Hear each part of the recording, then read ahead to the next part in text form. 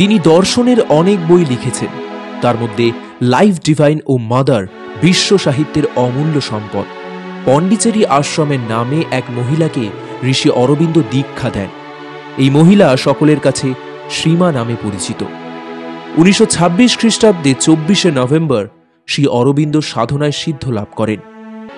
শ্রী অরবিন্দের আদর্শের মূল কথা ছিল সাধনার দ্বারাই মানুষ পার্থিব জীবন থেকে দৈব জীবনে উন্নীত হতে পারে।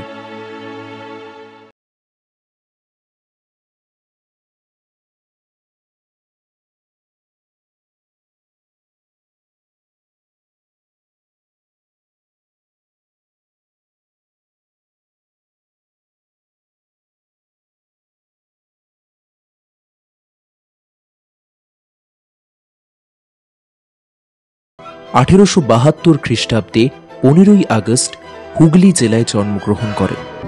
অরবিন্দ ঘোষের জীবন পরিপূর্ণ হয় 1902 সালে, তার কলকাতা বিশ্ববিদ্যালয়ে কর্তৃক যোগ্যতা প্রদান পর্যন্ত।